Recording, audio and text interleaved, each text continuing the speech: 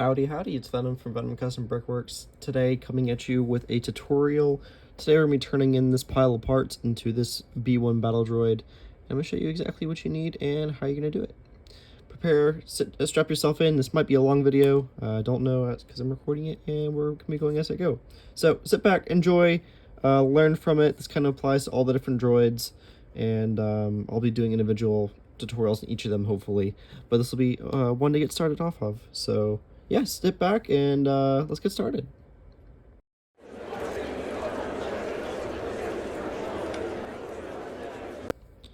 Alright, so a couple things you're going to need to start on top of your actual droid kit itself. So this is everything that's included when you buy a kit from us. You got the magnets, you got the droid parts themselves, and you got this antenna piece. Now, I know the details on the listing is a little confusing, but bear with me. I'm going to describe and explain each step. But what you're going to need is a pair of model scissors. These came with my 3D printers, and I have like 5 or 6 pairs that I just have laying around my shop.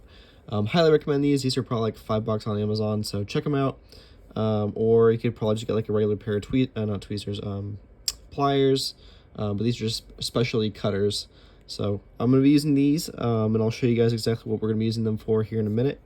You're also probably going to need a toothpick and quite possibly some glue. I say possibly because this step is not confirmed. It kind of depends on how your model goes together. Each of them slightly varies a little bit, and I'll be kind of detailing exactly why we might use some glue here in a little bit. So let's go ahead and get started, and I'll go ahead and get us into step 1.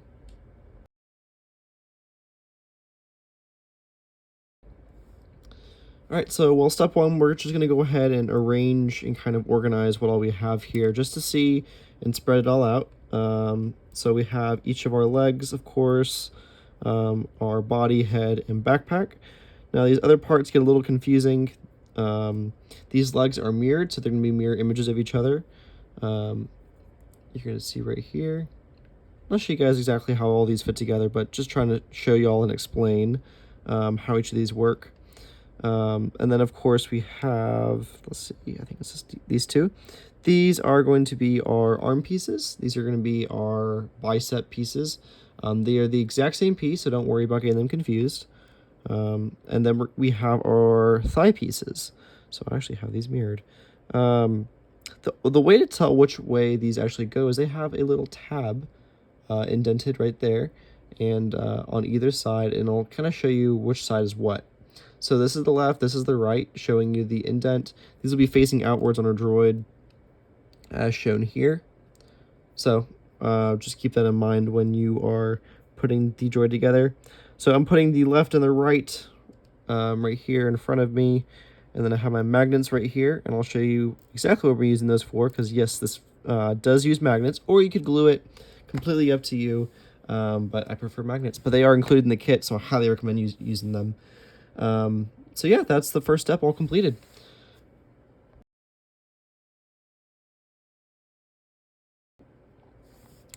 Alright, so this is where things get a little more hairy. The next step I usually proceed with is conjoining the head with the torso.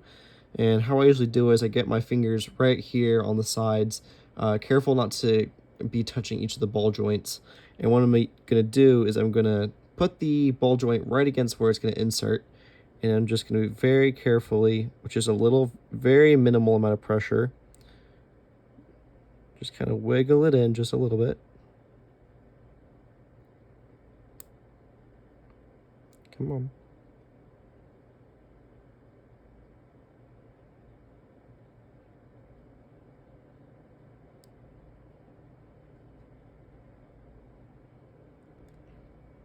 Alright, so we got it all in right here.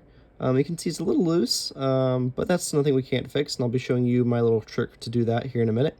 Unfortunately, there's just not too many ways you can get the head in here with it not being loose. There are certain positions where it'll hold itself, but then again, it'll kind of, cock its head back and forth. So we're going to set that aside. That's kind of done. And I'm going to work on the arms next. So this is the next step that you're going to need these cutters for.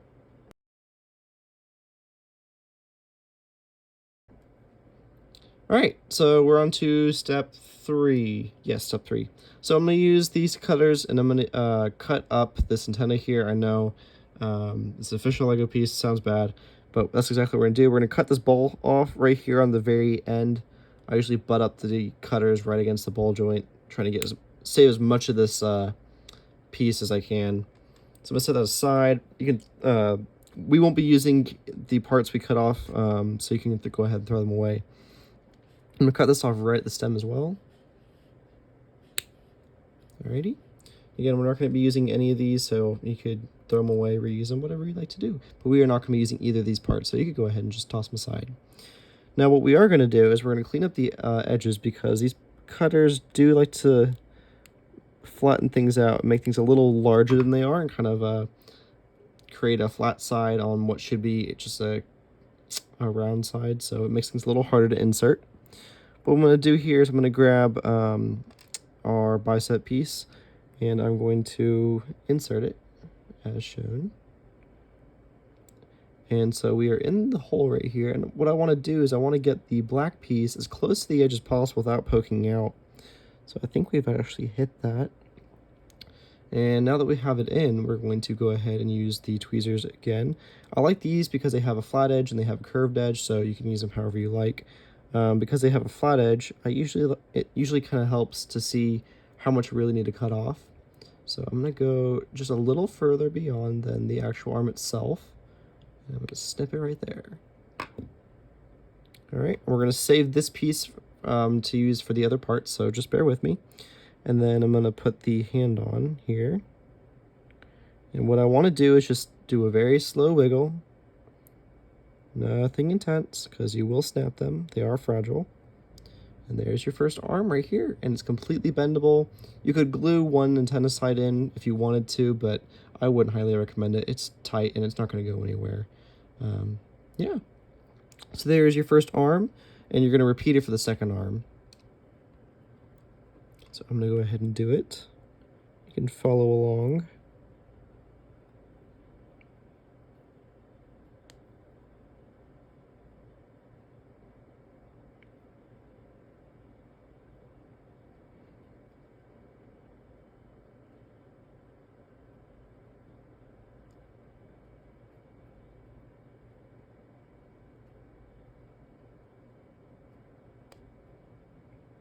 I'm going to try to get it as far as I can. Apologize, this is going to be mostly a one-cut video, so it will get a little long. I'm going to do the same thing and just do a little wiggle, wiggle.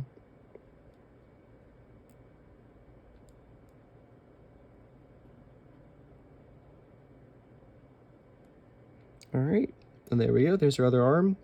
Now the trick behind inserting these onto the figure, I'll go ahead and show you guys the arms first, is you're going to want to have the little poles right here on the inside of the figure.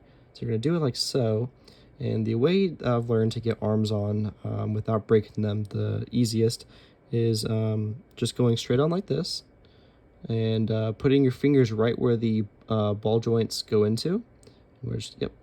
Just like that.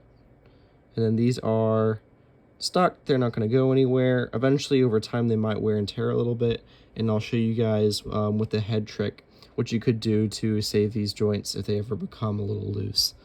I'm going to do the exact same thing over here.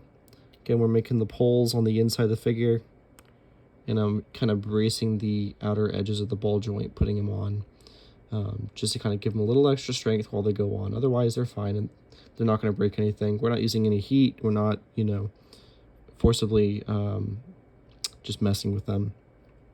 And now it's onto the legs. So step 4.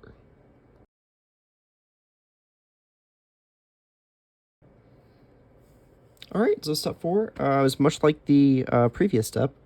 I'm just taking the black pole here, and I'm just inserting it with my fingers into the figure. All right, so it's all the way in as far as it can go. And we're doing the same process, of course, except with the legs. So take the flat edge of these cutters, I'm gonna put them right there. There we go. Now this is a little short for a leg. I know it matches up with this line right here, but for legs, I like to have a little bit of extra room just in case. And then just a little tip. I usually put the legs on the inside of the figure, or the feet rather, with the thigh facing outward. So the thigh would be on the outside piece when they're marrying together, and the inside would be, of course, the inside when they're married. That's what I mean by inside and outside. So we're just working on the right leg right now if you're facing the figure. All right, there we go. Again, I said it was, a little on the small side, so definitely put a little bit more space just in case for next time. All right, I managed to get it on. So what I'm doing using the cutters and kind of holding it still without putting a ton of pressure on the handles, that way it would cut itself. But I kind of just held it like it would be a tweezer. I've learned tweezers don't work great when doing this, and then kind of just shoved it in there, and it worked. I'm like kind of wedging it in there just a little bit further, so it's in. And then I'm going to cut, again, a little outside of the edge, because it will have, yep. And this is small again. Gosh darn it.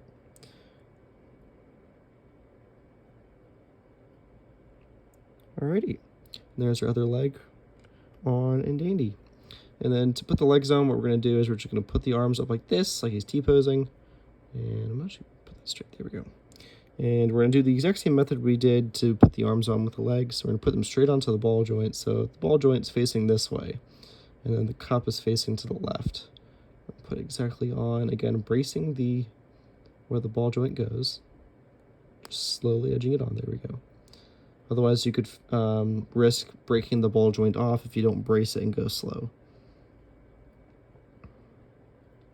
We do the exact same thing here. Going slow. Boom. And most of the assembly is done. And I say most because we have a couple more steps to do and then we're almost done.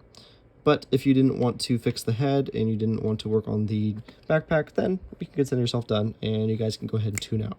Just kidding. I promise it's worth just checking in and watching this video to the end.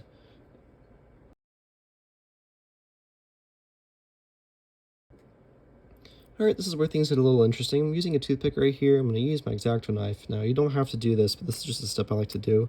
So I have a little bit of a smaller corner on the edge. Now, make sure you're doing this with parent supervision, otherwise you could risk cutting yourself. So we have a very thin edge right here now. This is for glue application, which I will show you in just a second. So what I'm going to do is I'm going to grab my little glue application thing, which is really just a paint palette, where I pour a little bit of glue and kind of let it pool. Now you could use a paper plate. I highly recommend getting a paper plate if you have one. I'm just a little lazy and I don't go get paper plates when I'm doing videos, so we don't talk about it. So I'm just doing is I'm dipping the toothpick in the glue. I'm kind of dabbing it off, so there's not a ton on here, but there's a little bit. And it's not super pooled. And what I'm going to be doing here, is you see the very bottom of the ball joint, what I'm going to do is I'm going to dab it a little bit with this. And I'm going to move it around a little bit. Now call me crazy, I'm not super gluing the head on. I'm actually adding a little layer between the ball joint itself and the rest of the body. It adds a little bit of thickness to it, and as long as you keep it moving, it just adds a little bit of rigidity. And the thinner the better for the glue. You don't want a ton, and that's why I dabbed it a little bit, and so it's just a very tiny amount. You want to keep this moving until the glue is fully dry.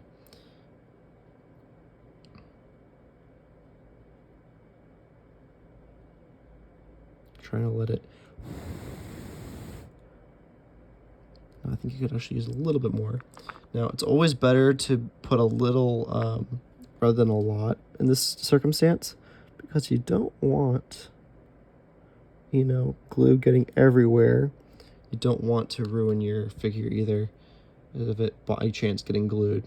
Now, you can always leave this and not use this tip. Again, I'm moving it back and forth as much as I can to prevent the part from actually being glued to the other. This is just building up a little layer on the ball joint so it can move a little stiffer than if it was normal.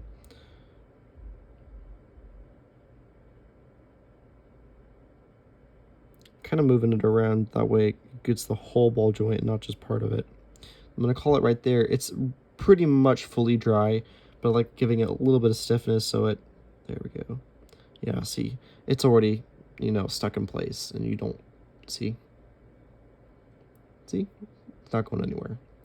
And it can pose just fine. Again, you want to put as little glue as possible for this fix. If this happens to you, I've had times where it doesn't, especially with the gray resin, where it hasn't been as problematic, but with this colored resin, it's a little bigger of a gap down there. So that was my fix for that. And the next thing we're going to use glue for is our backpack.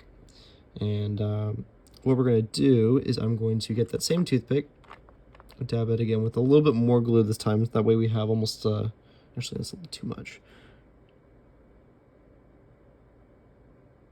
And we're just coating this circle right here because that's exactly where the magnet's going. I'm going to use my fingers to pull these magnets apart. There we go.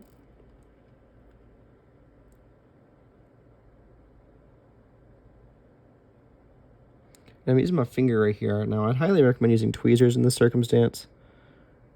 But what that glue is going to do is, even though it's probably good and stuck in there because of the pressure fit, it's going to add a little bit more strength to that magnet so it doesn't come out when you're putting the magnet for the backpack in.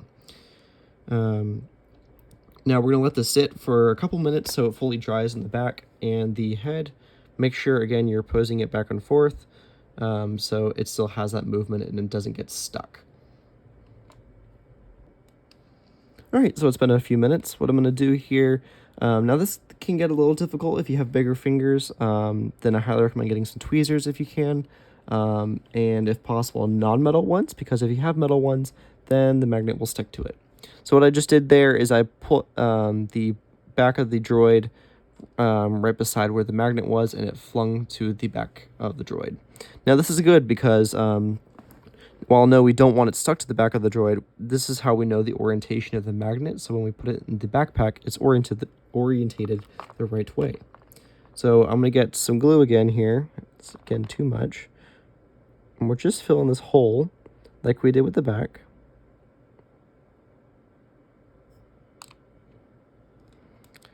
And you want to act quickly here.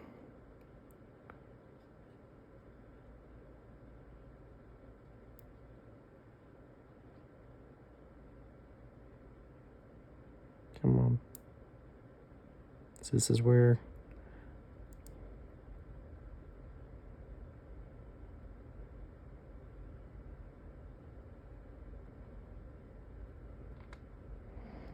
all right, and we're transporting it, we're flipping it over. That way it's not the same side that was facing the droid, because we don't want that. We want the side that is the opposite. So the attracted side is what goes in. This is going to be a much tighter fit. You don't want it going in all the way because the hole's a little deeper than what it should be, leaving the magnet a little weaker. And what we can go ahead and do, so we have it already on. Now you can totally paint over this magnet if you want. I don't feel like it's necessary unless you know you're doing a stop motion or you're doing some posts and you don't want it to show, which is completely understandable. But what we can do is, since we have it on, you can go ahead and boop, just like that. And it's covering the tabs and everything. The tabs kind of help it lock in place so it doesn't wiggle around. They just go on like that. And almost always it just fits on initially. It doesn't have any fitting issues. If you have any fitting issues, highly recommend just going very slowly with the X-Acto knife or maybe a little bit of sandpaper if you can fit it in there. But there you go. There is your B1 Battle Droid. Congratulations on finishing it. And tag me on Instagram and subscribe for more. Like this video if you liked it. If you didn't, give us a thumbs down. Let us know what you thought about it in the comments. And if you thought this was helpful or not. And can't wait to see you guys' creations with these droids. I'll see you guys in the next one. This is Venom out.